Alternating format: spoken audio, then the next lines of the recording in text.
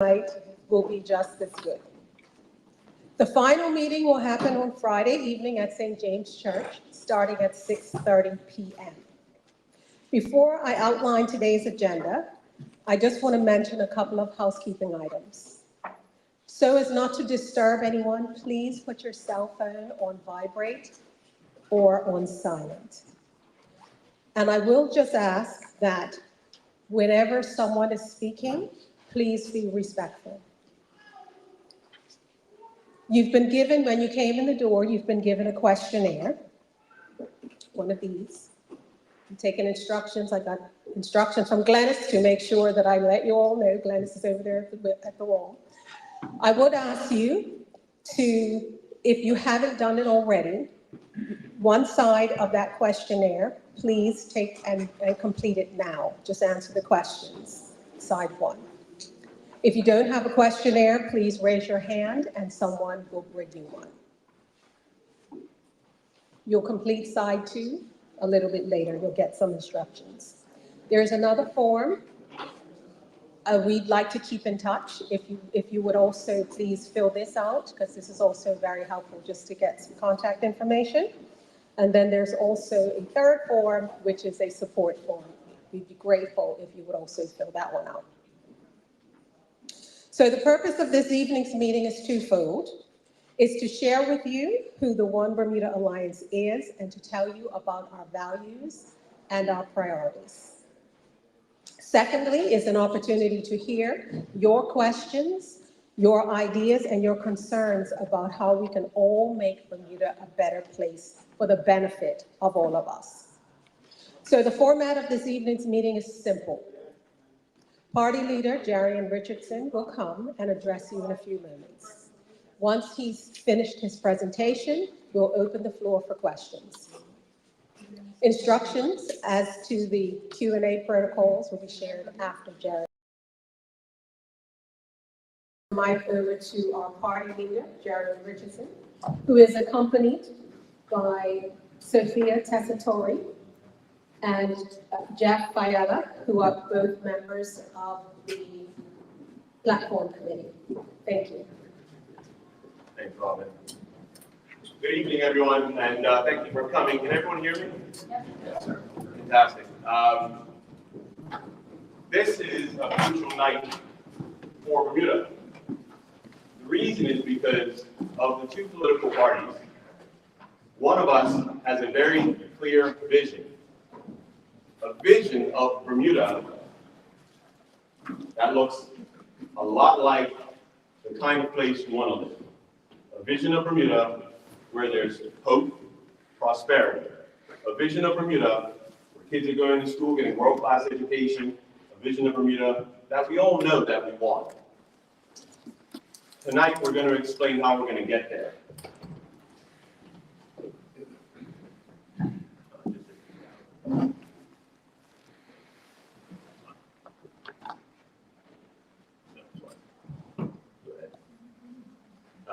Thank you so much. I hit them all out. Thanks. Robin is very adequately explained the events for this evening. We've done the welcome. We're going to reintroduce the One Bermuda Alliance to everyone. As you may or may not notice, the One Bermuda Alliance these days is made up of a lot of new and different faces, and we want to make sure that you know these faces as well as we know faces from the past in the party. We're going to talk about our platform, and that platform is really quite key. It's the platform that we've developed from the doorstep. And I'll touch on that theme in a little bit. Then, as Robin said, we'll do questions and comments, and then closing remarks. The presentation this evening will be between myself, party leader, and Deputy Party Leader Ben Smith over there. Go ahead, sir.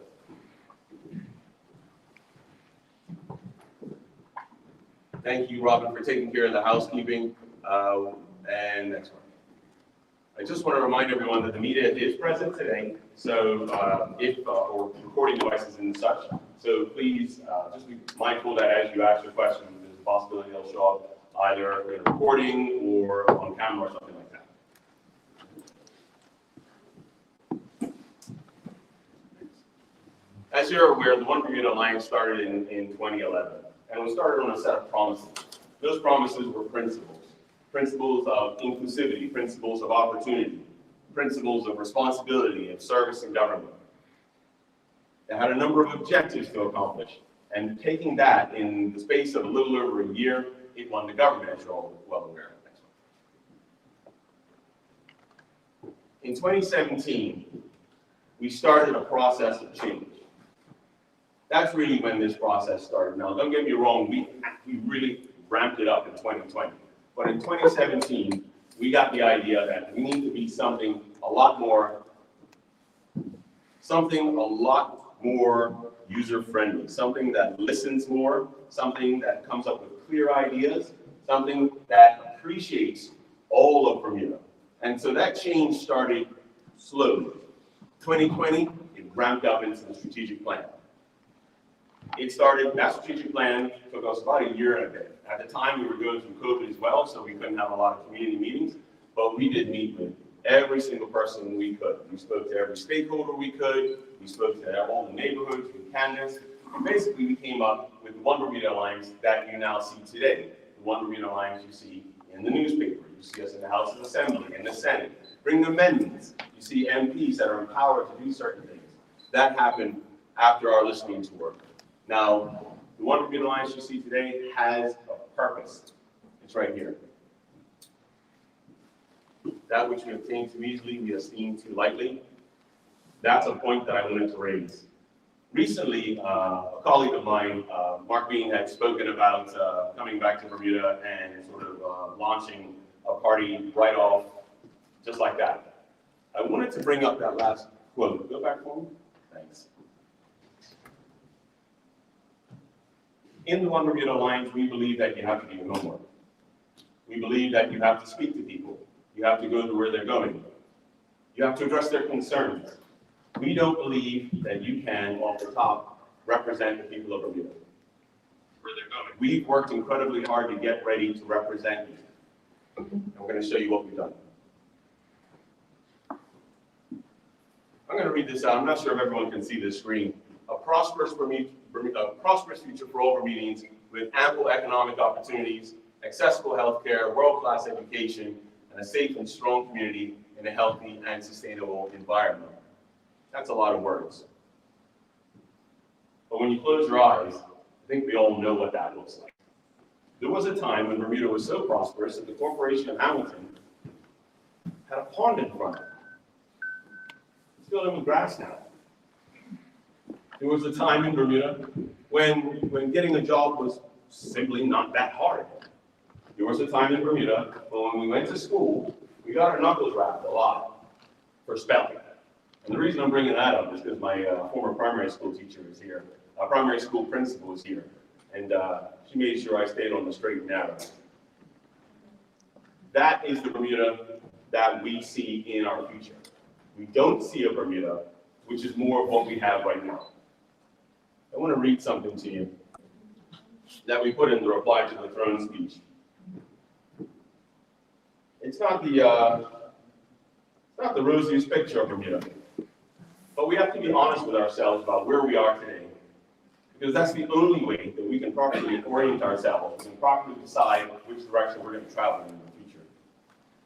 We said during the reply to the throne speech, today's Bermuda is characterized by dangerous potholes and overgrown roads, sagging bridges, boarded up businesses, trees growing out of buildings, broken sidewalks, choked in weeds, students fighting in town, antisocial behavior, uninsured families, joblessness, homelessness, trash piling up, canceled buses, hostile service providers, gang violence, broken-hearted mothers, missing fathers, log-jam courts, closed hotels, skilless workers, self-medication, unsustainable workloads, unaffordable food and electricity, families devastated by alcohol and drugs, college graduates never able to give back, companies pushing and twisting governments, politicians of questionable character, soot drowning our white rooftops, road traffic fatalities, reckless driving, abandoned seniors, a swamp hospital, homes that take 2 lifetimes to pay off, banks that don't bank us, regulators that don't regulate us, gambling with casinos instead of opening them, a media silenced by lawsuits,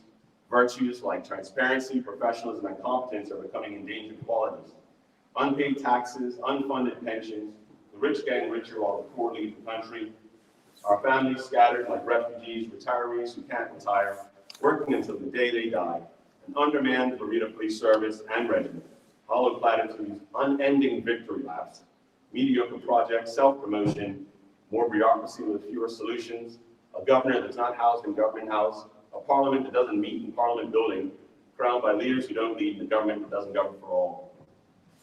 I don't take pleasure in pointing these things out. I don't like that is the situation we're facing. And that's why the OBA is here, because we're going to undo that. Next. Who is the OBA? A decisive and dedicated political action team, working tirelessly to strengthen communities, enforce integrity in politics, promote social fairness through responsible spending. This is more than a slogan, this is more than a description. Now, in leadership, when we talk about the actions of the party, we measure it by this.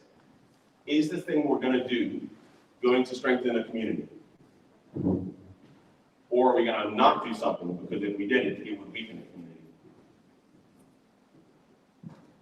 We enforce integrity in politics. A great example was recently in the media that covered a story, I can't actually remember which story it was, but it pointed out that all of the One Bermuda Alliance parliamentarians register of interest. That's the document we use to track all of the politicians' corporate, commercial, potentially conflicting interests, is up to date. We don't have to be told to update that. That's the value of this party. Unfortunately, other parliamentarians are not so much interested in that, and we have registers of interest that are as outdated as 2018, pre-COVID. By the way, I do want to thank one very specific person for making sure it's staying on top of us, and that's Senator Robin Tucker. She very much keeps us on the straight and narrow, so thank you, Robin. Promote social fairness through responsible spending. These two things go together. Governments don't make money, governments take money. And that's what happens. Governments tax. Other people generate value. Other people generate money. And then governments take that money and they spend it. And they're supposed to spend it responsibly on things the community needs. That's where the tax dollars are supposed to go. That's our promise there. We're going to make sure that we spend the dollars on the things the community needs. There's a certain set of values we hold now. On the earlier slides, you saw that we had some 8 principles and things like that. We boiled it down to 3. And the first one is in our title, is in the title of the One Bermuda Alliance. We believe there is, in fact, one Bermuda. And we work incredibly hard on that. We believe that our diversity is our strength. We believe that all Bermudians have a place in Bermuda, and that if we work together, we can solve any of the problems we face. Our next one is integrity. We prize the public's trust by being fair and transparent in all dealings and leading by example. This one we're going to need your help with, because we need to be held accountable. Every politician, everyone who hopes to be a politician, whether in the House, whether you're in the Senate, whether you're in government, or whether you're in opposition. The simple fact of the matter is every single politician in Bermuda has to be held accountable for their actions and their words. That's our second promise. And last but not least, financial responsibility for social benefit. We absolutely have to manage the public purse well. This is not just a question of financial statements and statistics. It's not a dry topic. It's not disconnected from the things that happen in Bermuda. The roads are the way they are right now. Thank you, Craig, for going on the news and saying it. The roads are the way they are right now because they weren't maintained. That's all there is to it. Now just think how many road traffic accidents have happened because of the state of the roads. This is more important than just balancing a checkbook. It's not arbitrary or irrelevant. It's crucial to the safety and security of all Bermudians. And that's why that's our third promise. So, who is in the OBA? We sat down, we had a huge reform project, we interviewed all these people, we decided what our mission is going to be, how we're going to do it, what our values are, and then, well, okay, who signed up for this? Who signed up for this mission? Well, obviously myself as the party leader, but I am one person. I grew up in the West End, family from St. David's and St. George's.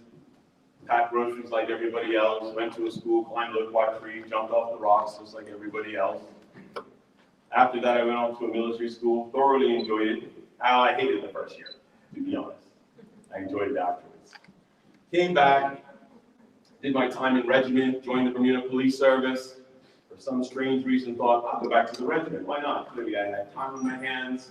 Did an attachment with British forces overseas. When I was in the police, my last posting was Detective Constable in Intelligence Division, where we saw the rise of gang crime. Worked on some interesting operations and packages. Got married to the love of my life.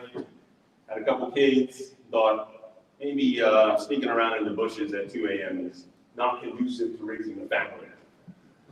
So I left and joined the corporate world. Wound up at the Bermuda Monetary Authority, working in the anti-money laundering, anti-terrorist financing unit. Led to some financial penalties, some testing methodologies. Headed up a department at one of the premier law firms in Bermuda. And then started my own shop for regulatory compliance consulting. And then I just have a lot of clients. That's what I did.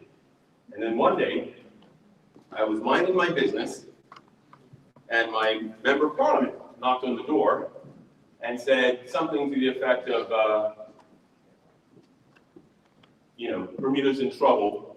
And I said, yeah, I know. Sit down at my table. I didn't have a house big enough for a dining room table, so I said, sit at this table. And I said, tell me what you're going to do about our problems.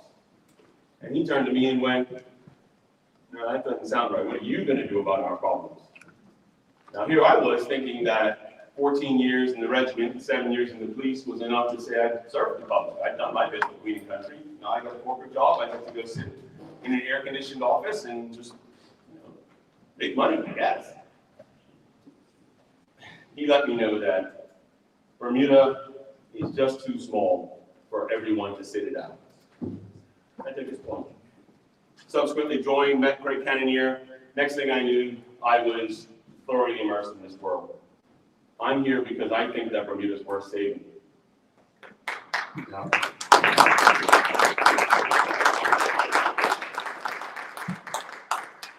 that end, over to my desk. Good evening, everyone. My name is Ben Smith. Some of you will have known my father, Hubert Smith, Sr. Bermuda's another world.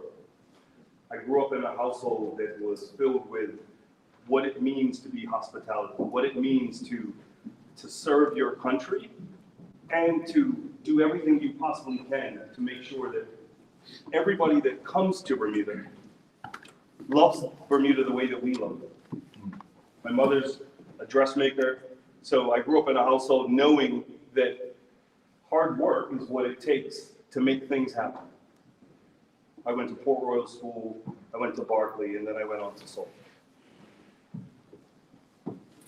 The part that's important to me is that at some point when I met my wife, we decided, well, let's get involved with Bermuda. We started our own small little business. That we were in the community doing our part at the same time trying to move forward as a public. But when somebody came to me and said, will you get involved with the country and moving things forward, I said, well, I've been the national swimming coach for Bermuda all this time. I've been giving back since I was 16 years old. But you realize that what you do is important for that generation. But if you want to do what's best for your country going forward, you have to keep giving. We have to get involved. I couldn't sit it out any longer. So in 2017, I got involved. And each step of the way, I realized there are things that all of us can do to make the country better. But things have not been going well as a country. When I first made the decision to get involved in politics, it was because I saw that the students that I've been working with had gone away to school and decided, I'm not going to come back. The Bermuda that I love, the Bermuda that my father sang about, had changed. And now the draw to come back to our country had changed. And the young people no longer thought that this was the best place to be. But since we've been involved, we realize that it's not just the young people. Our citizens are making decisions every week now on whether they can continue to live at this beautiful island. For that reason, Jared and I have been discussing it. This is an emergency. The country has to understand the only way for us to stop the tide leaving the country is that everybody's going to have to get involved. And for me, I believe that we are the team to get everybody up and involved so that we can change the direction of this country and get Bermuda back to the level that it should have always been. Thank you.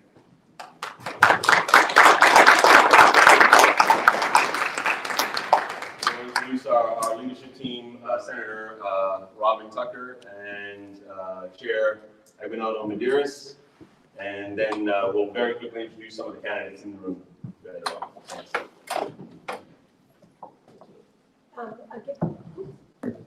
Again, my name is Robin Tucker. And the question really is, who is in the room? I'll tell you who I am. I come from a family of taxi drivers, hospitality workers, and service people.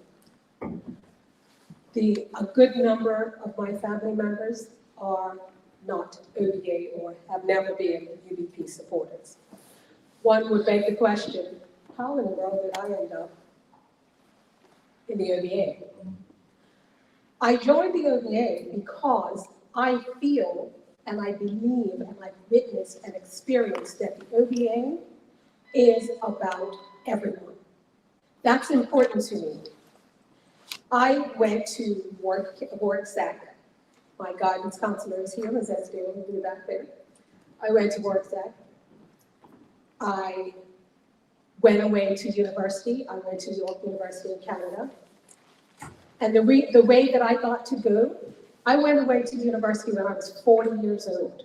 And how I got there, my husband sacrificed. My husband actually had to glue shoes together because we had 2 kids. And we had a mortgage to pay.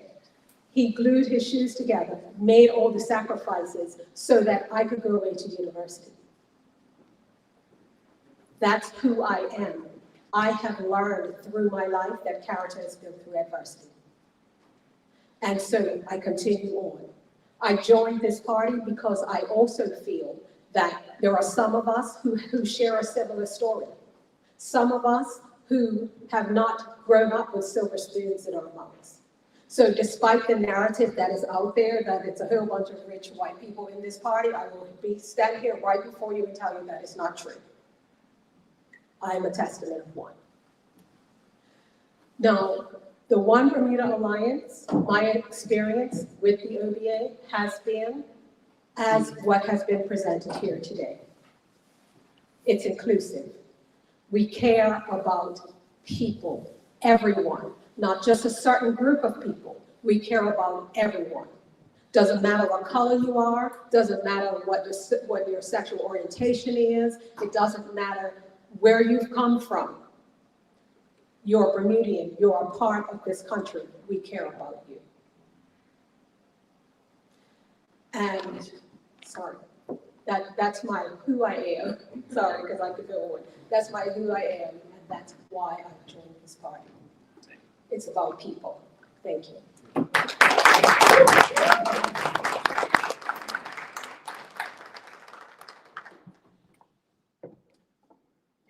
Good evening, everyone.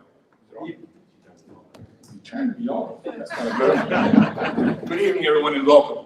My name is Aguinaldo Medeiros, and I have the distinct pleasure of being party chair for the One Bermuda Alliance. Something that I didn't aspire to, it's something that I feel has become a part of my calling. Like everyone else here, I've joined the party to make a difference. You see, I also went to Harrington Sound School and Whitney and Bermuda College, but education was free, and you got the same level of education without having to pay $25,000, $27,000 a year. And I subsequently went to, what was that alma mater again? York University, that's my girl. Two-time graduate of York in 1988 and 1990 in economics and then later on business administration. Worked for a couple of years, and then I had a very good fortune of representing our humble island. There was an opportunity in the Toronto office at the time. I worked for the former Bermuda Department of Tourism, which is the predecessor to the BTA. And out of 72 applicants, I was very humbled by the fact that I was chosen to represent our wonderful island.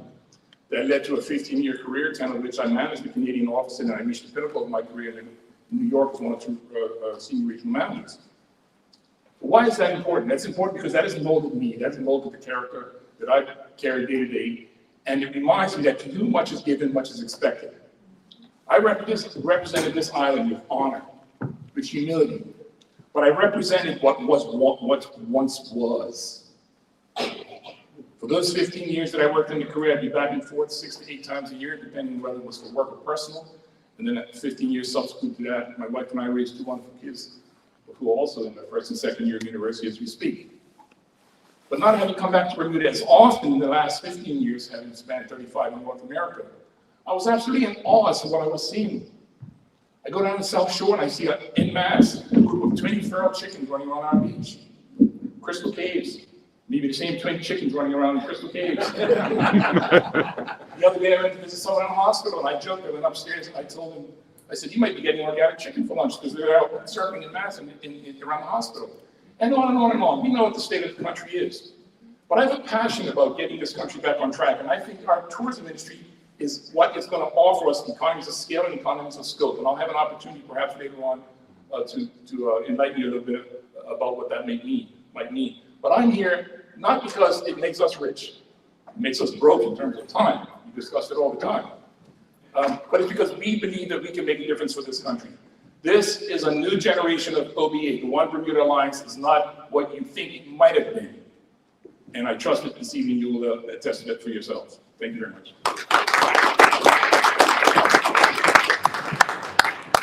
I'm just going to ask the candidates to stand up quickly, introduce themselves, and just so you have a face, their name, and their constituency. Minute, no more, please, guys.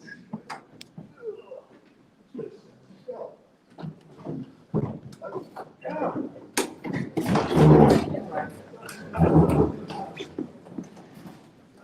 Start us off, Mark? Yes. Good evening, everybody. Glenn Tucker, constituency number 17. I joined OBA because of simple fact of inclusion. I saw which way the island's headed, and I want things to change. Not just for myself, but for my children. I have young children who need to know that there is hope and there is future. I promise my constituents, if you do vote for me, I'll serve in integrity, and I'll always be here to listen.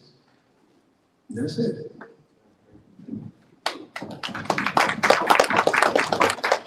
Good evening, everybody. I'm Jeffrey Fiala. I'm the OBA candidate for constituency 11, Devonshire South. And I got into politics quite recently after a very long period of apathy because I had some kids and I put down roots here, having grown up in the west of town, left to go to school, came back because I thought there was opportunity here, and I think I was probably one of the last class of lawyers from law school to actually find any kind of work. Yeah, I've gotten involved because I really feel strongly that if my children are going to have any opportunity to grow in Bermuda, the place that I love, I need to roll up my sleeves and make it happen. So I look forward to serving the country.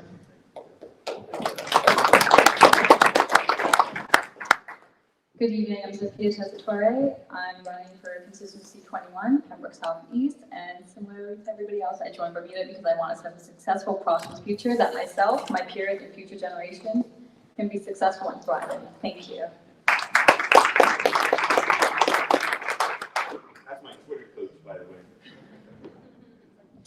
Good evening, I'm Susan Jackson. I represent the Pembroke Southwest, which is number 20. And I've been involved in politics all of my life and for generations before me.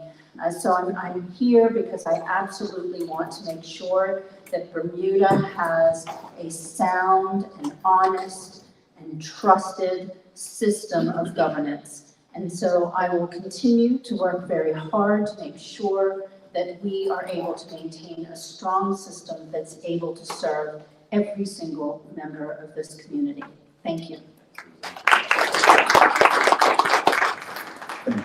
My name is Thomas Harvey, and I'm representing constituency number 2 in St. George's. I got involved, Mr. Kenner pulled me into this. But I love my country, and I don't like the trajectory which way it's going right now. So if we don't get involved, then it's going to continue in a downward spiral. So that's what encourages me. My notice that I'm going to hit the doorstep, tell me, good luck. So that's me, Thomas Harvey. Good evening, everyone.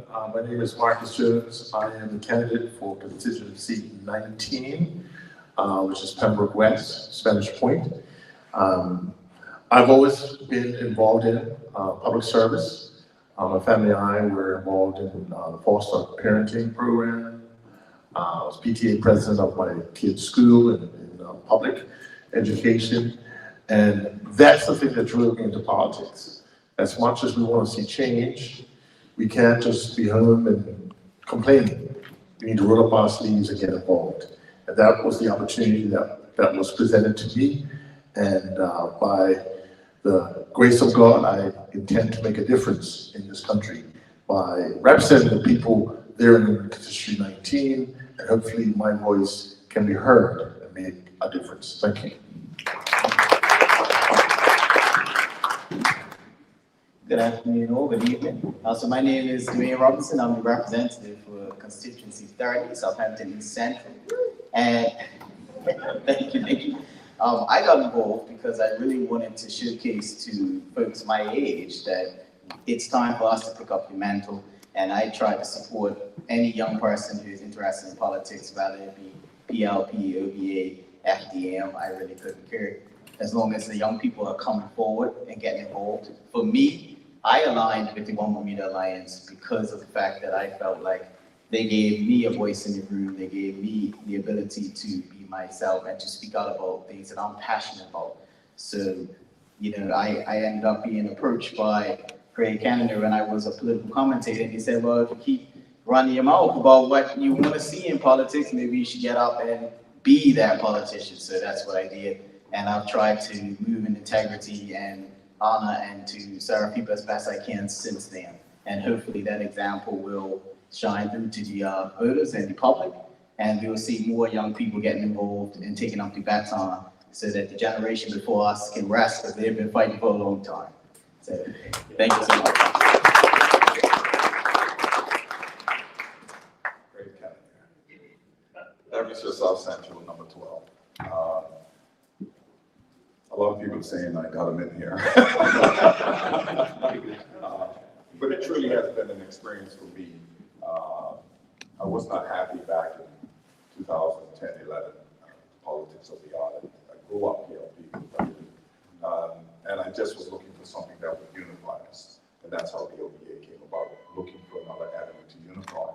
In fact, my goal really, at the end of the day, is that I hope that the OBA can be influential enough that we do away with this party politics, quite frankly. The island is too small. And has become too divisive over many things. We're a small island, but yet we have more NGOs than you can possibly think of, interest groups, for so many things for a small island. And I believe that we have far more in common than not. And in 2012, when we won the election, I actually made an overture to a member of Parliament from the PLP to come and be in our cabinet, which was unprecedented because I wanted to break it down. I won't say the name of the member, but PLP is aware because I received correspondence back that would not happen. So, but that's my goal. It has always been my goal that I believe that we have so much more in common, and sometimes it looks like we fight a lot, but that's because people are passionate, because I do believe most of us want the same thing. So I'm still here to achieve that.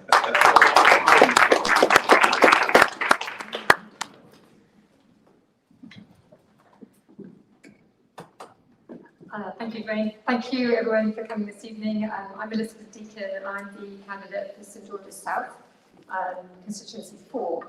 And I have to say that I think I probably represent a lot of women. For the last 20 years, I work at Partner Re, I'm in the corporate communications department.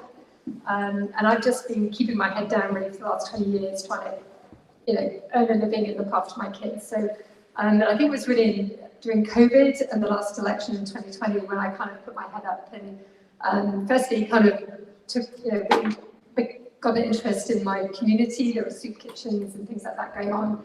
And I think at the same time, we were going through the last election and things weren't going well for the OBA. And I was looking around for grown-ups who used to, fill these positions and they just weren't there. And I had to have a conversation with myself and say, is it time for me to actually try and do something to help? And I have to say I'm really happy I have, because I've really enjoyed being part of this party. And as Dwayne says, somehow you feel at home here because it represents the whole of Bermuda. It's a place where the races work together. And my feeling is if we can make it work in this party, we can make it work in Bermuda. So that's why I'm really proud to be part of this party. And the other reason is, when I canvass, people all the time, they say, I don't care which party, I just want to get things done. And I do feel that this is the party that gets things done. And we were in government last time, we got things done. And if we're in government again, we'll get things done. So that's my message to you. Thank you.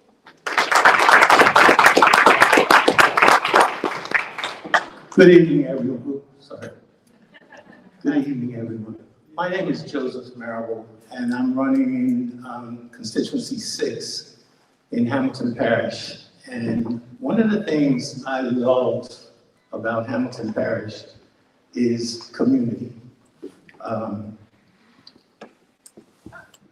I've run the Crawl Hill Esso Tiger Market for the last 20 years, and it's a community store.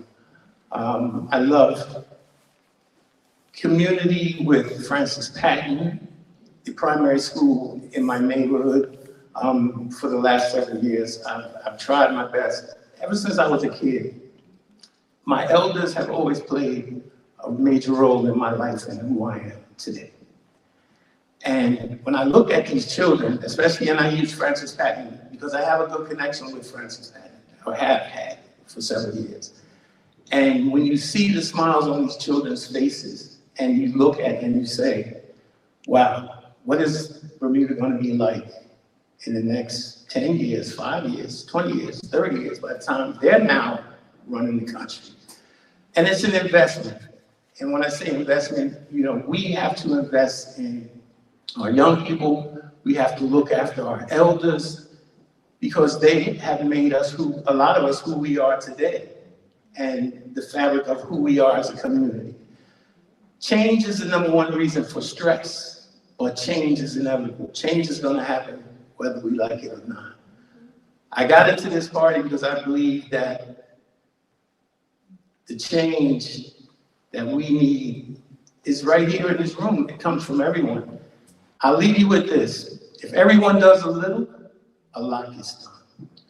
And I say that sincerely from the bottom of my heart, very humbly speaking, because I get very passionate in my feelings sometimes, because that's who I am. That's my DNA. So I say that to say thank you all for coming tonight and enjoy. Is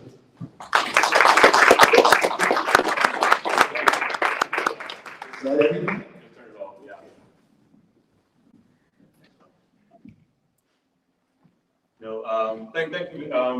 Thank you, everybody.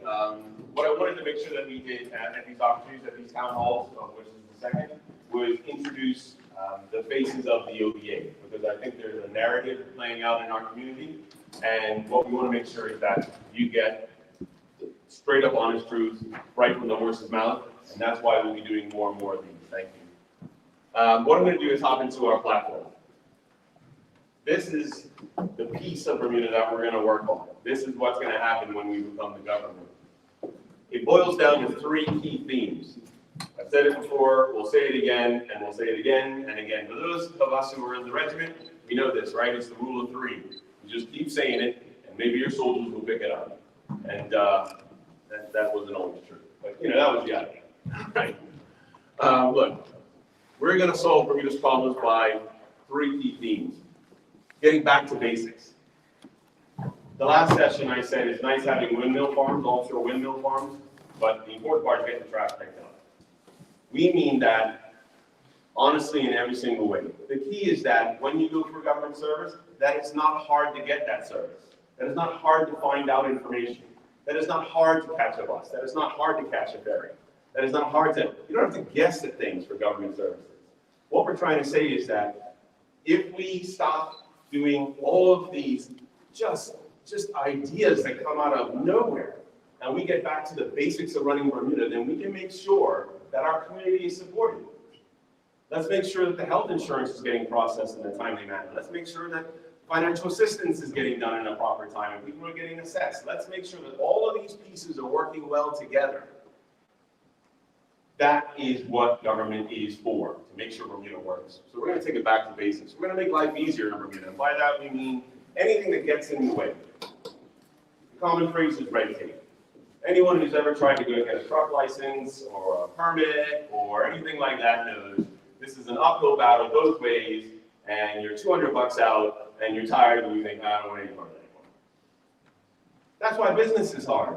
And I don't mean international business. I don't mean someone who's got, $100 million capitalized. Well, I'm talking about the small business guys. All of us in this world, we're not well capitalized. We run shoestring budgets. We go from one budget period to the other budget period. And it's hard to do that when every now and then some mysterious fee shows up, and next thing you know, you're one payroll cycle back. And then, so for all the people you hired at one point, 6, 7 people, 8 people, or 2 people, and all of a sudden you go, you know what, this is actually hard. Why am I working this hard? Why am I putting my money into this when I can just go get a salary job? The point is to make life easier so that we create jobs. We create that activity in the economy so that our domestic economy can work for it. It can actually work. The last one is prevent the damage. We mean we don't want to get back to this condition. That means that we modernize our parliament. Things like that. Little known fact is that right now the House of Assembly meets in a little tiny room on a little tiny building. It's just mind-boggling. Our administrative staff, how on earth are they supposed to support parliamentary oversight committees? How are we supposed to hold the government to account when we're borrowing staff from other departments? That's what's leading to these issues. So we have to make sure that the structure of government, that the structure of our democracy is safe and secure. I think a lot of us are well aware of an understaffed team in the parliamentary registrar. And that sounds like not a big deal until you realize that's the group of people who are overseeing who's a voter and who isn't a voter and where they're registered. Just imagine how problematic that is every election. We actually have to work twice and 3 times as hard to run a proper election, basically because they're understaffed and there's a lot of people who are registered in all the wrong places. We're making their lives harder. We're making our lives harder by that. Next slide.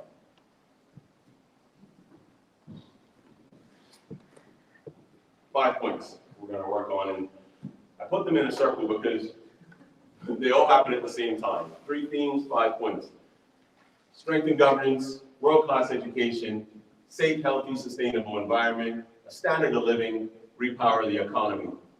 This quote I found when I was writing something, and I just thought it was so apt because we do have to be careful with government, right? And I mean any government.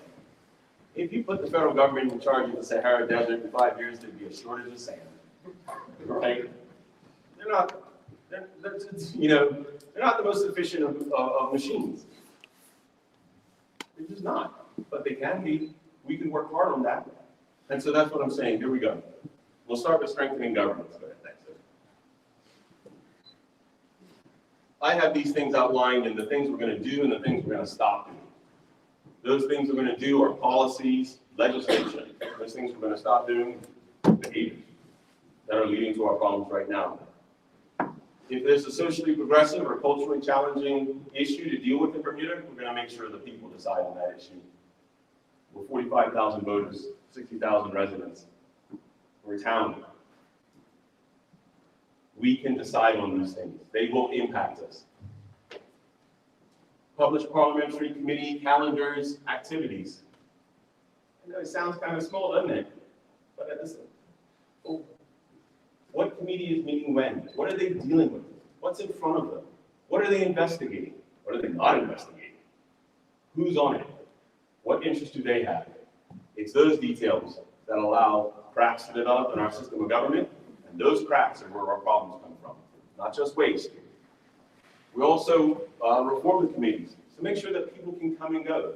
For quite a while after COVID, no one was allowed to come into the House of Assembly or the Senate.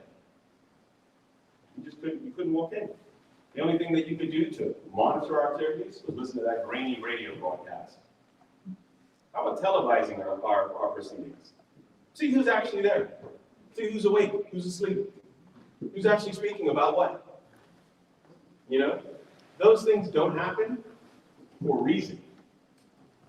We're going to make them happen. Accountability for missing audits and funds. This part just drives me up a smooth ball. It boggles the mind that money goes missing. It just boggles the mind, right? We are not a rich, let me put it this way. The money that we have was hard-earned. The money that we have is vital to supporting our community. When money goes missing or is not spent appropriately, that means someone's going to suffer. And that's why when an audit is missing, I get very upset. I'm actually going to move on. I'm going to let Ben talk to that point before I shiver. Yeah. So really what we're talking about is accountability. Accountability and efficiency are some of the things that have to be the focal point of how we change where we are now and where we need to be in the future. If you don't hold the government accountable, so that means your MPs accountable, the MPs are going to be in the House, making sure that the business of the House is happening when it's supposed to happen, the way it's supposed to happen. But it also means that the government services that are done the way they're supposed to be done. So when you talk about the way our roads look, or that the trees are out in the middle of the road, which is causing people to veer out into the road, there is a service that us as a community have paid for. When you think about it, every tax, every fee is how we pay for all of the workers within the government. So if those services are not happening at the level that everybody in the community expects, it's because somewhere in that system, it's falling down. So there has to be accountability in order for us to do it. So what happens is, when I say efficiency, you're going to hear, oh, well, the OBA is going to let people go. No, what we want to do is incentivize good work.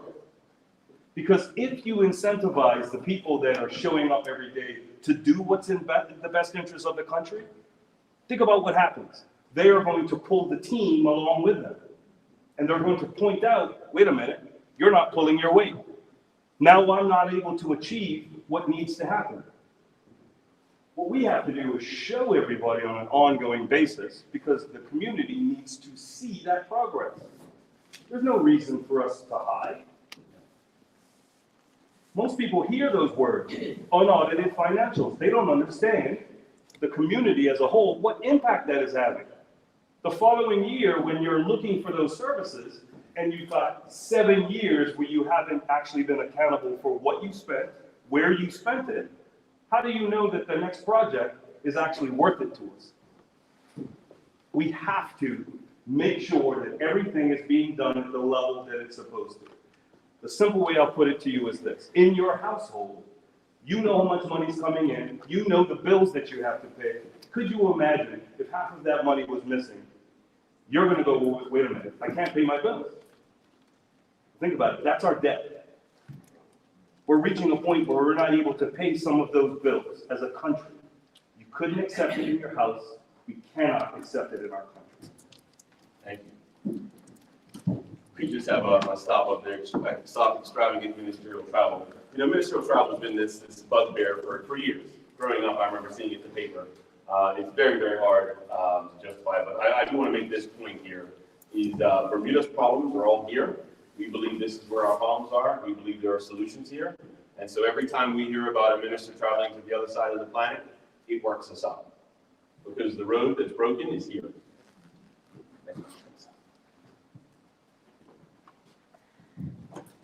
Then we take this one, world-class education.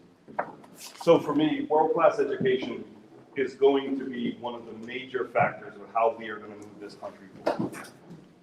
I'm going to put it to you as simple as this. We believe that there needs to be an independent authority. I'm going to repeat the word independent, that is going to move education forward. The reason why independent is important to us is this. Politicians work on a cycle that is going to be 3 to 5 years. Every time a politician gets into that specific role, they are going to try to do something shiny to make the population think that they've done something. The problem with that is you keep changing the plan in order to do that. Well, if you have professionals that are in an independent authority, their plan is, how do we get to world-class education? That should be the only reason that you're doing it. So for us, we will say independent authority, people that are in education, that know how to get us where we need to go, will be in charge, and they have one mandate, world-class education. And I'll remind everybody, we had public education in Bermuda that was generating all of the leadership, the doctors, the lawyers, they all came from public education. You could choose to go to private education, but the truth of the matter is, remember, Work Academy, Barclay, 14 GCSEs coming out of both of those schools, competing against each other, not just in education, but in sports. We knew how to do it. So there's no possible way that we have forgotten how to do that. We have to compete that way.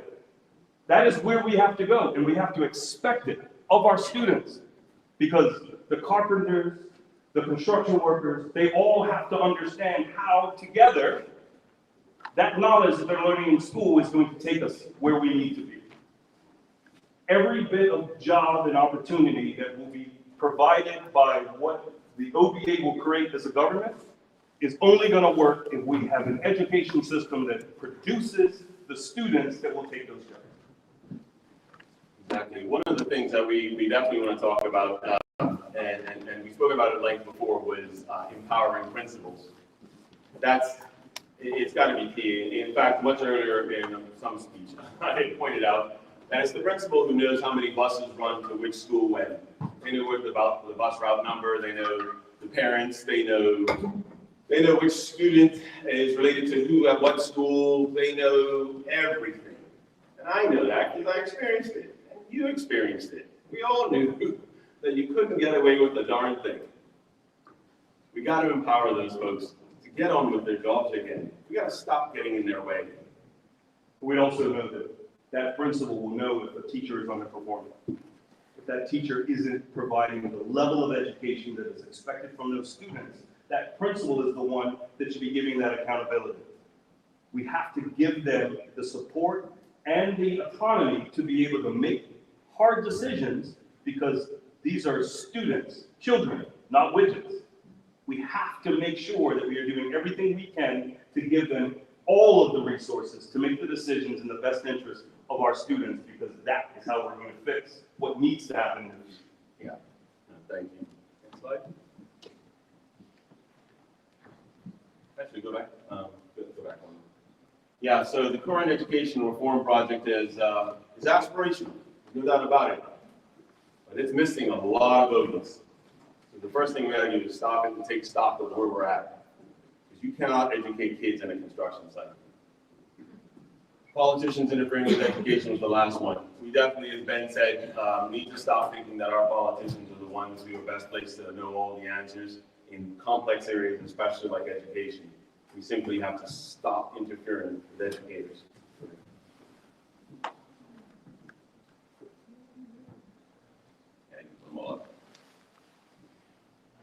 Safe, healthy, sustainable environments. Listening to experts.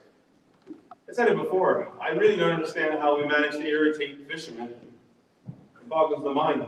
You only ever find fishermen in two places, at the dock or on the water. Like, you really do have to go out of your way to irritate them. But somehow we managed to do it. They've been the bedrock of our community for the better part of 400 years. Oh. How about the farmers? What's left of them? How did you manage to irritate farmers? They're up before us. They go to bed long after us. We know where the vegetable gardens are. We know how complicated, how hard that work is for them. How are we complicating their lives? And then, how did you manage to piss off both of them at the same time? It's not like they're in the same place. I gotta tell you guys, we've got to listen to the experts. Leave them alone. That's a great example of what we mean by stop thinking that we, politicians, have all the answers. Empowering the police and road traffic officers to take back control of our roads. For those who don't know, the Bermuda Police Service, certainly when I was in, writing a traffic ticket was like writing an essay. I mean, it took all day. And heaven forbid if you had 5 traffic events, because you're going to be there for the next half hour, 40 minutes writing that citation. We have to empower those guys to do their jobs a lot easier. We have to make sure that they're properly staffed and supported by government, that they're properly equipped. At one point, we were buying so many different kinds of vehicles that the service couldn't keep inventory, which meant we lost vehicles on the road, which meant we lost officers, which meant we lost effectiveness, which meant crime went up. We got to make sure road traffic officers are equally equipped and trained to tackle this problem. These roads are like the Mad Max of Thunderdome. I was on my way to St. George's for the first one of these, and the guy overtook the line. And I didn't see him go back on my side. He just overtook the line I was in, and he just stayed on that side of the road. Now, we lose one too many people every year on these roads. We need to take back these roads. This is not motocross. Reform traffic laws to make it easier to do all these things. Make it so it's easier for the courts to do their work. Restore the infrastructure through public-private partnerships. The simple fact of the matter is Bermuda is not flush with cash. So if we're going to restore our infrastructure, we're going to need help. And that means we're going to have to approach a lot of different people and say, how are we going to fix this problem? Because the roads might be relatively minor to us, but it is not a good look when foreign investors land and they do the motocross thing from the airport to Hamilton Princess. Update the Bermuda plan and others for a modern city of Hamilton. Actually, Ben, you want to take that one? Yeah, so we spent some time talking about how we were going to do the steps that have to happen next. One of the things that you will have heard the present government talk about is that they need about 8,000 people. Yeah, so with 8,000 people, understand that right now we seem to have a housing crisis. People can't rent, they can't buy a house, they can't find a house, a place to live. So what you have to understand is that Bermuda's structure has meant that the entire country has been suburbanized. But if you look at most places, you're going to have a city. You're going to have a thriving city. One of the reasons that our roads are in such a bad state is because the entire country goes into the city in the morning and then leaves and goes back. It's 30,000 every day, in and out. Well, what you have to do is actually build a city. Now, that is going to mean things are going to look different. But Bermuda has to understand that we can't stay the way we are because where we are right now is what's falling apart. So if you want to have young people come back home, if you want to have businesses start to thrive, you can't, presently, Friday night is probably the only night the town has any real activity, and it's over quite early. Well, if you're a tourist, do you really want to go to a country that is pretty much closed most of the time? If you're a business visitor, how do you think they're going to be entertained? If you're a young person that wants to be an entertainer, where are you working? All of those things have to be part of a major plan of what it will look like. But we have to do it in a way that we've looked at. This is what we're going to build. This is how we're going to build it because it has to be sustainable. We have to make sure that we know where the water's going. We know that the parking has to be done, what that looks like. We're going to have sidewalks and different things that have to happen in a vibrant city. But if we do not build that city, there will not be anywhere to house the people that need to be there. Young people are living in their houses, and at some point they say, I want to move out from I don't want to be here right now. We have to have an opportunity for a place for them to be able to move to start that life. That's going to happen in a city. Now, what we will do is make sure that we're having that conversation with the population of how we will do that, what it will look like, and people will have the input on it. Now, building monstrosities all over the island is not the idea. A city should look like a city. The rest of the country should have open space, should have areas for people to be able to go and get away from the city. That's our plan, and that's what we will do. I just want to follow up with that. I always look at the waterfront property in the city because it strikes me that we have to have one of the most beautiful waterfronts. And you know what we did with it? We turned it into parking park. I mean, that's talk. I can't even imagine how we decided on that. So next slide, please. Well, actually, I can, and we all know. Someone got in the way, right? Red tape. Someone got in the way, and that's why we have cars parked where we should have restaurants. Yeah. Healthcare costs. We're all well aware. Oh, this relates to our standard of living. The standard of living in Bermuda has been plummeting for years, and it's got to bubble up again. This standard is unacceptable. Our healthcare costs are ridiculously high. I mean, they're eye-wateringly high. As a person who pays healthcare for a low company, it boggles the mind how much money we spend on this. And the simple fact of the matter is, soon we're going to have 1 in 4 residents will be not 1 in 4 residents, 1 in 4 Bermudians will be seniors, right? So the fact is, if we do not put more young people in our insurance pool, our seniors are the ones who are going to suffer. The people who already worked, the people who should be enjoying these twilight years. We should not require someone who's a senior to then go back after retirement and work to afford the basics. We have to make sure we put more young people in the insurance pool. We have to expand our care to under and uninsured. The chief medical officer in his retiring, when he resigned, he left an outstanding report that outlined just how many problems we have in this area. One of the things we also have to do, by the way, is make sure that we have long-term financial security for people in Bermuda. And the way that most people get that long-term financial security is in home ownership. That's the major asset most people wind up owning. That's where they live.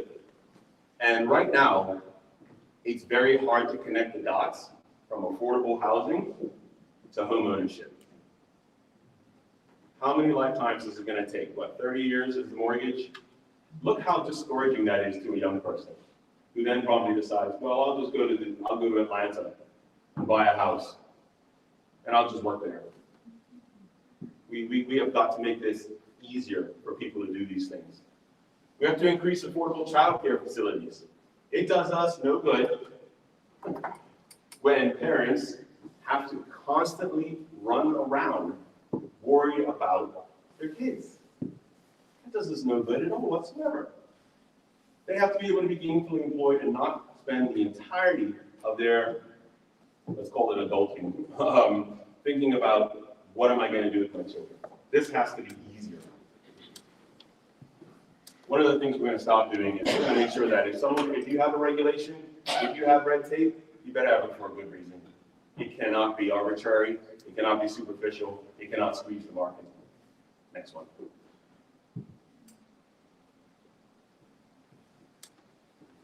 This is the one that we're best known for. Arguably, in the community, when someone says One Bermuda Alliance, we talk and say, oh, they're good at the economy stuff, right? Doug's not here. I normally turn to Doug. Doug's kudo is shadow finance, and he talks to this point best, I think. When we bring in investors in Bermuda, they have to be aligned to the interests of Bermuda. They cannot be here for the sole purpose of squeezing the island and then getting out. They have to line up with our community's best interest. Great. sorry to surprise this one on you, but you've got some experience in this one. Can you speak to this one for me? Investors with, and why they have to be a specific kind of investor? Sure. Well, the interest always has to be community and ensuring that the infrastructure of the island, whether you're talking about roads, housing, you name it, that any investor coming into the island takes that and bears that in mind, and that they become a part of the community. Now, the reinsurance business has done an excellent job at that. They are great at getting money for all kinds of things. But now we're looking at new investments when it comes to hotels and the like.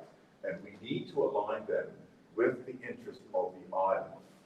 We can't have these cowboys coming in and not looking and taking into the interest of many of the challenges that we do here to ensure that we all rise at the same time. Bermudians are intelligent, which is why we're one of the tallest of the world. But what we've got to do is ensure that all of us are rising in and that they are bringing opportunity to the island as well for Bermudians. Certainly, we're here to ensure that they can come and gain an interest on their, on their monies and their finances. But at the same time, that interest also has to be in the people itself. Far too many times we've had people come in, raping the island, and then leave. So it is our job to ensure that we keep the interest where it should be, where both benefit. It's win-wins. On this one, develop MICE infrastructure for big ticket tourism events. Having spent the early part of my career in uniform services, I knew almost nothing about tourism, to be frank, and that required a big education. A big part of that education has been the chair of the party who has a ton of experience in tourism, and who taught me just how important meetings, incentives, conventions, and events was to our tourism product. The tourism product that we saw before, the glory days of tourism as it were, was based on this. Thank you, you can speak to it for me. Sure. So we're going to talk about something more exciting, the MICE industry, road industry, right? No, not the road industry. I'll tell you why I'm very passionate about this and why Bermuda needs to make this its #1 priority within the tourism industry. I shared with you already that I worked with the Bermuda Department of Tourism. I was just thinking a couple of years ago, it's been so many years now, but over the 15-year span, I think it was 2 governments, 5 ministers, 3 directors of tourism, and about 4 directors of sales in North America, which was the top post in North America. So what? They come and go, I came and went. What's more important is the product. And Bermudians have this sort of notion that our tourism industry, for the most part, has just been about beautiful turquoise waters and pink beaches. Everybody has beautiful turquoise waters and pink beaches. Just go down south, you'll find pockets that are all over the place. But what we were very good at, and for 20 years, we would get award after award after award, year after year after year. You go to the New York office, I'm sure it's still there, although I haven't been for 20 years, hanging on the walls. And that was the MICE industry.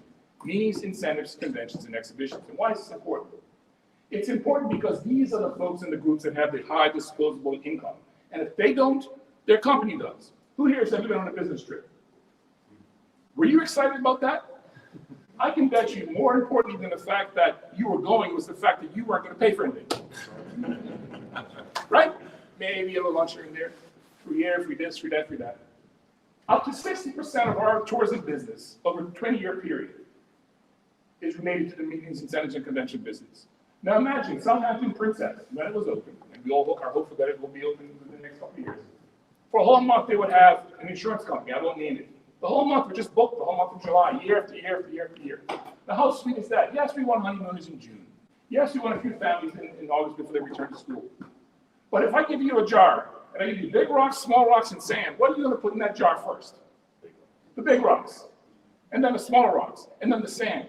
But we've been thinking that we have to chase the sand to fill up our hotels.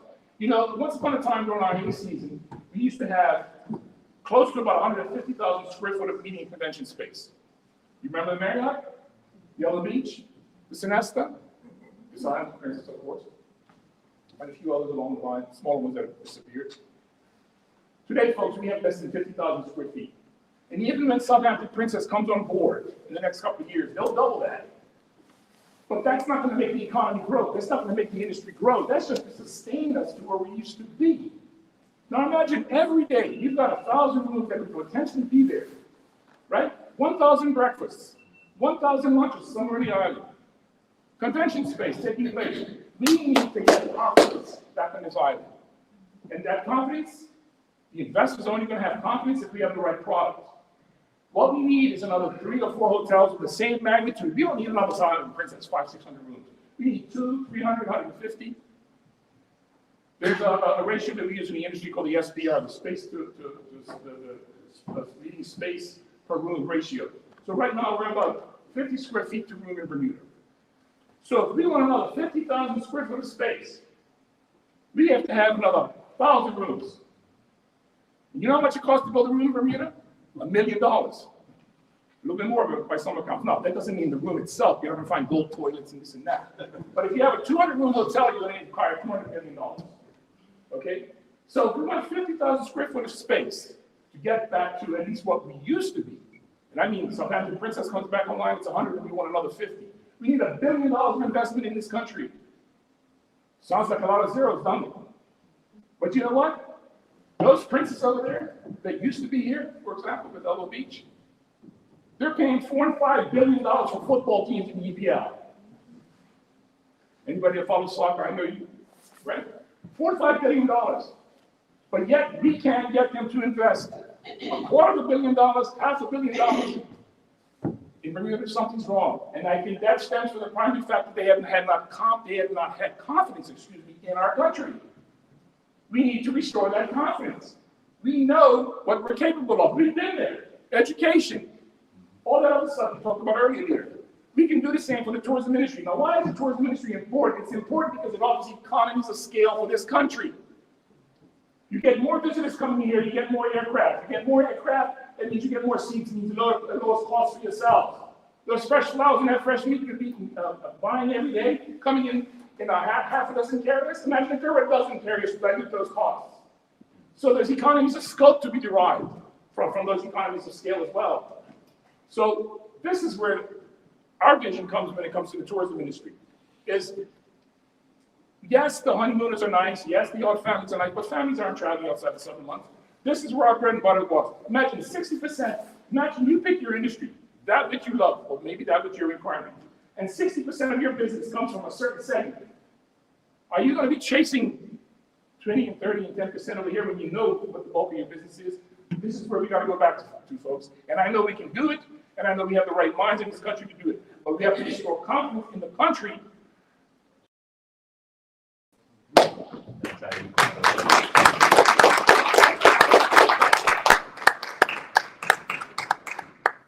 There's a couple I think kicking around in the party.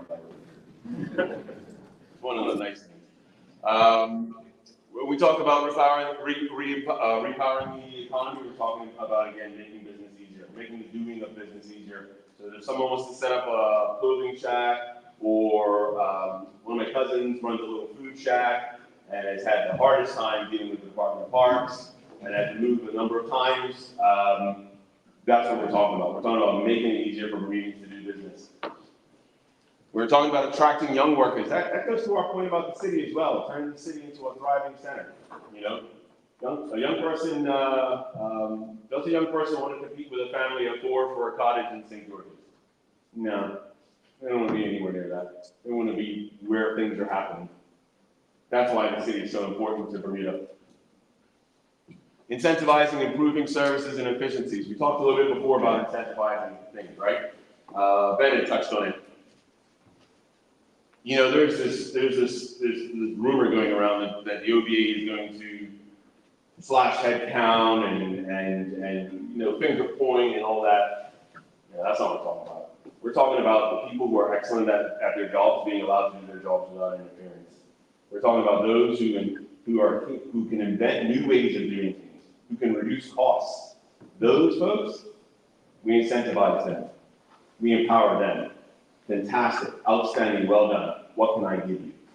So instead of trying to keep up with the lowest performers, we're paying attention to the highest performers and encouraging them so they don't make those decisions. So they make the kinds of decisions that result in the kind of outcomes we want. We actually have a quality worker in Bermuda, tons of them. High quality workers, motivated, interested in serving the public. But they're going uphill both ways against bureaucracies and red tape. We gotta get out of their way and let them help the country. And last but not least on this one, we really do have to stop interfering or competing with private sector. That's not the government's job. Our job is to create an environment to allow people to thrive, right? We cannot possibly squeeze out the private sector. We're providing the jobs, that provide the taxes, that provide the services for Bermuda. To follow on with that, we have to grow the pie. Our issue in Bermuda right now is that the pie is shrunk, and all we do is slice the pie up in multiple ways. You cannot do the things that we're talking about unless you grow the pie. That's investment that is coming into the country, because right now, all we're doing is spending the money within. And as more people leave, there's less money going around. And every time that happens, it gets smaller. That's the pie that we're dealing with right now. We have to create an environment that will create the opportunity. If you are a young person that wants to start a business and you have a certain amount of capital, having a system that says you have to go and get a lawyer to go through all of the paperwork, by the time you've done that first step, the capital's gone. Now your dream is gone. So most of them look at that hill in front of them and say, not gonna do it. I'd rather go somewhere else and try that same opportunity. We have to create an environment in this country that allows those opportunities to happen. Because if the private sector grows and flourishes, that's where the money comes from to take care of our people. That's it. So, in each one of these areas, we've spoken about strength and governance, we've spoken about world-class education. So just imagine a world-class education, we take it back to basics. We make life easier for teachers and educators. And we make sure that we structure the system so that we don't wind up with poor performance again. In strengthening governance, we take it back to basics. We make sure the House of Assembly is equipped to do its job. We make life easier for MPs to actually serve their constituents and interact with them. And we make sure that we never degrade our ability to govern again. Same for environment, standard of living, repowering the economy. It's the same 3 steps, just applied consistently to every area of focus across the island. Bermuda is going to be a prosperous place. We know that. We've talked about it ad nauseam, at length. We're willing to fight for it. We're willing to speak to people. We're willing to go out to the doorsteps. And that's where we're getting this stuff from. We're getting it from canvassing. We're getting it from meeting with groups. We're getting it because other people have told us it's hard here. And so, a bit following on Craig's interview about the maintenance of the road, and the reporter had asked him, well, what would you do different? And we said we would maintain the roads. It's the same thing. If life's hard in Bermuda, then what we got to do is make it a lot easier. Right. Thank you so much for your patience. Thank you so much for your attention. This is the part where you tell us. That's what happened on Monday. And by the way, do feel free. We're very tough people. So feel free to tell us some hard truths. I believe one lady said, your communication sucks. So feel free to double down on that one. We also were told things like the OBA never hits back. We were told we have to match the right constituents in the right communities. We were taught about people's basic needs not being met. This is the part where we start writing, where we listen and we start writing, and we go away and we put it in there. Because at the end of the day, you know it better than we do. You're the ones living this experience, and you're the ones we're here to serve. So have at. Robin, thanks. So, again, thank you to Jerry. Can we just give him a hand, because that was a really good presentation. So just a few ground guidelines rather than rules. We encourage you, as Jaren just said, everyone's encouraged to give their honest feedback, ask whatever questions you would like, but please do so respectfully. So that we're not here all night, we would just restrict you to 1 minute for your question or your comments. So if you do have a question, you are welcome to come to the mic in the center, or you can just raise your hand and someone will bring you a mic. We would also just ask you to say your name when you before you ask your question. Thank you.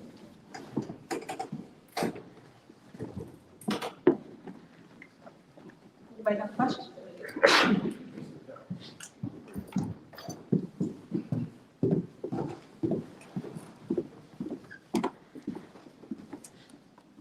Good evening. My name is Stephen Darrell. I'm concerned about seniors. I am a senior, 67 years old, struggling. I mean, you know, my wife and I is about to leave the island to go live somewhere else because I can't afford here. And I like you guys' platform. Your platform is fantastic, really. I'm really impressed with it. I'm a PRP member, but it's not about party now. It's about me living in Bermuda. So I'm looking for the man that's going to do the job. Thank you.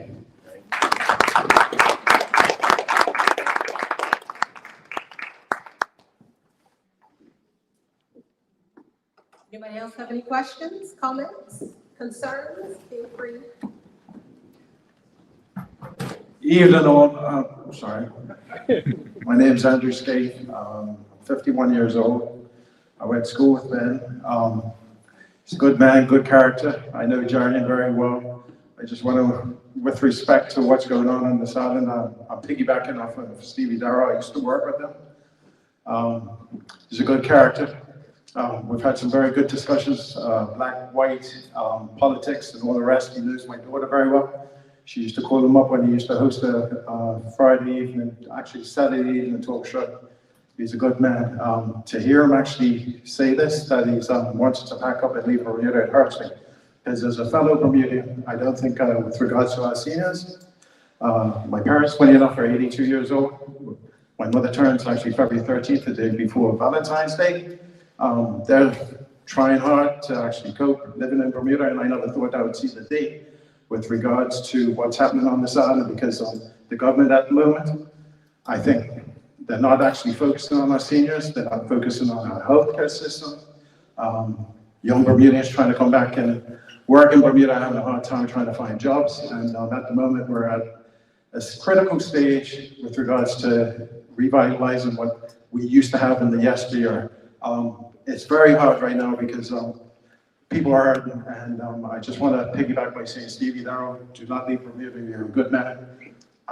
With regards to voting, that is your own jurisdiction. I would never sway you one way or another, but hey, keep the faith. You've actually shown up. I wish there was more people here. It's good to see a diverse kind of talent pool here. Just to be positive and move forward. There's people that have got your back. I've got your back. I know that for sure. And if you ever want to talk about things, please do not leave this island, because you love this island and I love you too. So have a good evening.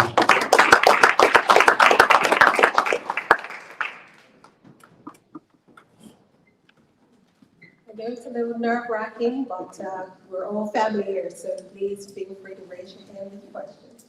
Hi, I'm Lisa Dolan, and I've been very impressed with this presentation, but I really feel that a lot of the explanations that you've given in terms of how it impacts the community really need to get out there. I've been saying this ever since my days at the Paget West with David Wilkinson and the government.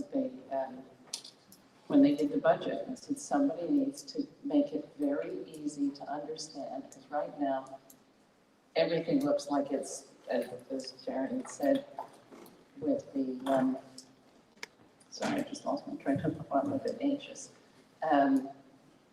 that people look at it and they go back to the old ways and they're not seeing where things come from, where money goes, what happens if it goes, what happens if we can't pay the debt. We're just going down the tubes, but nobody's talking about that. Everybody's looking at losing jobs and what that means for them, but they don't look at how it comes, or where it comes from. And I think if we could spend a bit more time explaining that in pretty basic terms, so that, I mean, sometimes I look at the material that comes out, and it's very technical, and that's not helpful. So that would be my thought. Thank you. Thank you. And just so you know, we have been told a number of times that our role is really going to be to translate a lot of information, making it so that it's digestible, making sure that it's easy to talk about, making sure that it's relevant. So one of the big things that we started doing in the OBA was we said, let's stop being technicians. Let's stop assuming everyone knows exactly what we're talking about, and let's start talking about people and how things impact people. And to that end, we have been working incredibly hard on it, and I'm looking forward to you seeing that, especially as it relates to the reply to the budget this year. We've got a lot of ideas about how we can take what we're going to do in the reply to the budget and put out a lot of messages and content so that everyone knows what is happening, and the government or anybody, any politician can't hide behind a technical detail.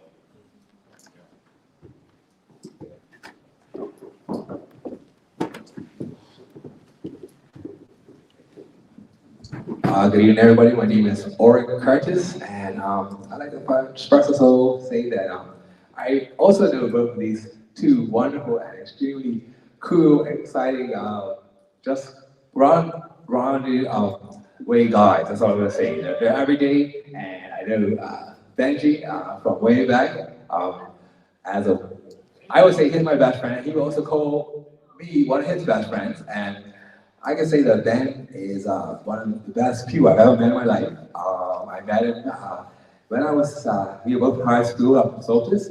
We became good friends, and he helped me. I had friends, but when I met Ben, he has other friends, but he knows how to make everybody feel at ease and comfortable, and that they're doing good, and that they're going to be okay no matter what they're going to do. And I appreciate that about Ben, and he is. I know that he has a good heart, and that he really knows what Bermuda needs and wants, and has to be to get better. And what also, I also know that Ben is very good at leading just anybody in Bermuda to having help and doing anything that's going wrong in their life. He will help that. Jarian is also a good friend of mine. We had some good times in the regiment, and I'd like to say that I believe both these guys, and that's the main reason why I'm here. I wanted to just show them both that I really don't have that much of an ability, but I would like to try to help if I can. But I know them both as both upstanding guys who can help and do something positive, and I just wanted to show support. And I'm also very impressed with the rest of the team. You all have very good ideas and a very presentation that's very very good and should be presented and encouraged. And that's all. I don't really have much to say to that. Thank you.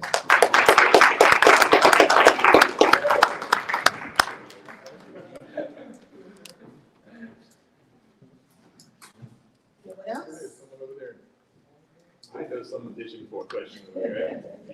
You'll reply first. There you go.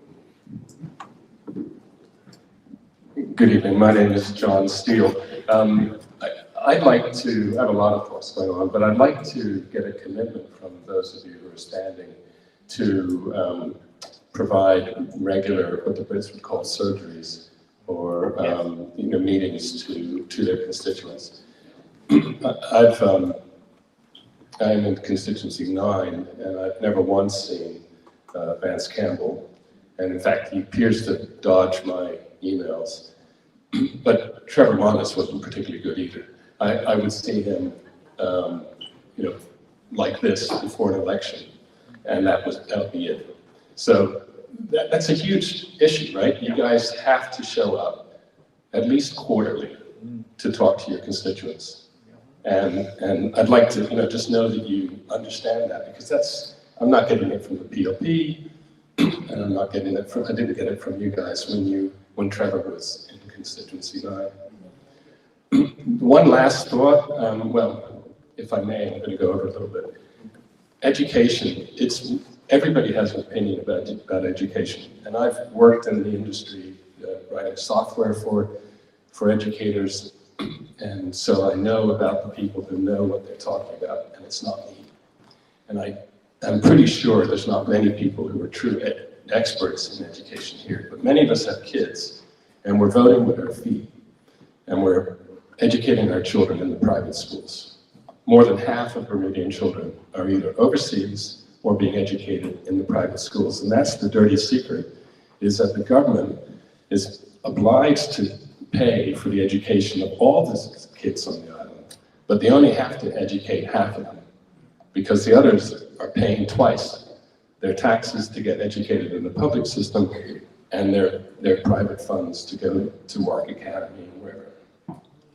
So we have to be careful about this. The big problem with the private schools is they're not obliged to teach any of the kids with issues. The disabled children and the children who act up, they can just get rid of them.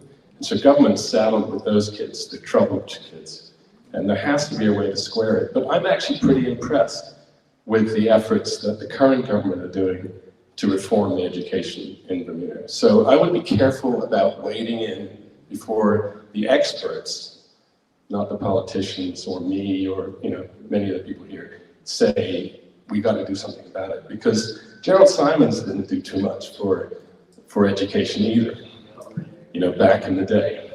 And so it goes around, right? It's too small a country to mess with, and there's been a lot of good work leading up to the current education reform. So please don't throw the baby out with the bathwater. I do happen to know a little bit about BOP, Bermuda Ocean Prosperity Plan. It would be wrong the interpretation you get from the journalists. They are paid to create a controversy. And so all they're going to do is pitch one side against the other. There are a lot of good Bermudians, myself included, who are working hard behind the scenes to see something develop there. Yes, the fishermen have an opinion, but it's not the only one.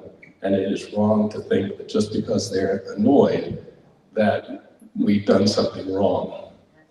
It's a process. Their livelihoods are going to be affected. So they're nervous and they're upset. But there are also a lot of people that believe that we have a massive natural resource out there that needs to be properly protected. And it has to be done whether the fishermen agree to it or not. And we hopefully, what we're seeing is a process. We're not seeing just entrenched positions that can't be changed. So please don't wade in the big boots in that one either. You've really got to understand the issues before making it a platform, which sounds great on paper, but really there's a lot of good work by good Bermudians being done there too. Thanks for your time.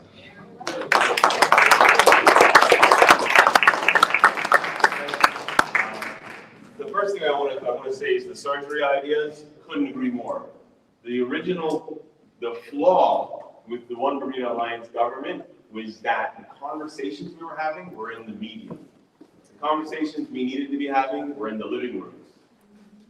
And that's not casting aspersions, it's just what we sat down and we thought about when we looked at everything. Because even our critics went, actually, that's a really good idea.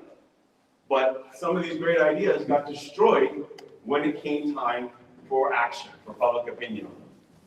Couldn't agree more on the surgeries. I couldn't agree more on the canvassing. To date, we now have regularly 2 and 3 and 4 canvassing teams out every weekend. I post it on Facebook, and that's candidates doing by themselves. I couldn't agree more. Equally, by the way, that means that when we have members of parliament who are working finance ministers, things like this, they have to be supporting the constituencies, and that meant that we needed to build up what was called our branches, is now our regions. That mechanism was too weak to sustain the severity of the decisions that had to be made, not only by that first government, but you can bet by the second one. So there's these two issues that you touched on by saying surgeries. One is living rooms, kitchens, doorsteps, and the other one is whilst we have our technicians busy working in government, we need to make sure that there are still people out there in those living rooms. So I couldn't agree more. Thank you so much. I want to speak to, when we say staff the board of experts like fishermen, we didn't mean only the fishermen. So I just want to let you know that we didn't take a side on that one. It was more like not Bill Gates. The Trump called Tim Apple, Tim Cook, or his predecessor. If you're going to hire an expert, then let him get on with his job. So I couldn't agree more. Thank you so much. And we got that. I think, just to piggyback off of that, I think the one word I would pull out of that bullet up there is listen, which is what we as a group have been into ourselves to do. We have a little bit of a mantra in the caucus room that our Shadow Finance Minister, Doug Kudo, leads, always became the same. Because this iteration of the OBA, we want to make the connections on the doorstep, because we recognize that our constituents are who we're supposed to serve. It's not the other way around. Yeah. And that's very important to every single one of us in that room. So I'll add that. Thank you.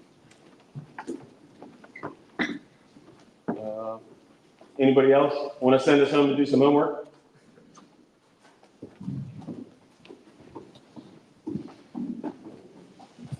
Hi, my name is Rick Olson. My comment is not just geared towards all the representatives here, and it's great to see some young people getting involved as candidates. And my comment is to all of us. I think if we're going to do better in the next election, we have to get the young people engaged. You mentioned apathy before. I have 4 sons, all knuckleheads, and they don't seem that interested in our future getting involved or even voicing their opinion. They seem like they just, maybe the privileged lifestyle might have encouraged that. I'm not too sure about that, but if you look at our numbers, I think of voters, we used to have a very high voter turnout, and I think that number's decreased quite a bit over the last few elections. And a lot of it's probably the youth is not coming to the polls. And I think we can all find a way to get people engaged, the younger voters, the ones that are really going to carry the burden of our debt and our failing infrastructure and education system. If we can encourage them, I think that's what the success will be in the polls in the future. That's my one comment. And try to engage your kids and your friends to get their kids involved. Thank you.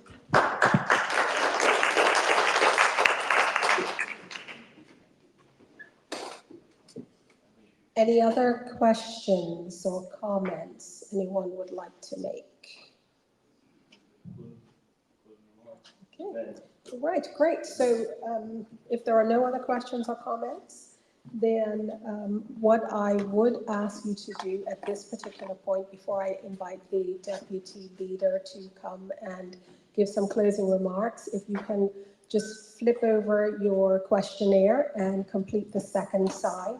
They are all the same questions, but if you can just complete the second side, that would be most appreciated. And as we end, Glenys is collecting them, or you can give them to her at the door. At this time, I would ask Deputy Leader Smith to speak. So first of all, I'd just like to thank everybody for coming out. So obviously, this is the start of a process. We have spent 2017, 2020 to now rebuilding our team. We know the issues that we had. The same comments that we see about communication, we have to change the way we've done things. But one of the things that we have to do first was build a team, and build a team that looked like Bermuda, that would represent all the different levels of our community, the different thoughts from our community, different backgrounds, different ages, because it is going to take consensus from all of those different voices in order for us to do everything that is going to be needed for us to fix Bermuda and move it in the direction that we're talking about. If we can't do that within our room, it's going to be impossible for us to do that in our community. What has to happen now is everybody in the country has to understand, if you want to see that different Bermuda, you are going to have to look in the mirror and say, am I willing to be part of that change? We can't just be different teams with different shirts. Doesn't work. Everybody has seen that that doesn't work. You can't have our seniors making a decision that they're going to have to leave the country because they can't be here anymore, and for us to think that the way that we're doing business is okay. We cannot have mothers leaving to move to England because their son could end up in a gang. We cannot continue to have our young people say, I'm not going to return from university because the opportunities are not there. There are a lot of issues that need to be addressed. But what we have to do is start to understand that it's going to take accountability. So when your politician knocks on the door, ask them, what have you done to make things better? What are the decisions that you are going to make things better? Because understand, there are 36 MPs. When you have a cabinet, everyone that's not in cabinet has to hold cabinet accountable. Every single one of them. Whether you're opposition or government. And the reason that the system is set up that way is because the 36 are there to represent the country. It is what you want, not what the MP wants. And I know that what you want is to make sure that you can live in the country that you grew up in, that you worked hard in. That is the vision that we have. We're not going to tell you that this journey is going to be easy. We don't have any magic tricks. This is going to be hard work, and we're going to do something that has been very unpopular in politics. We're going to tell you the truth. That's all we have to do.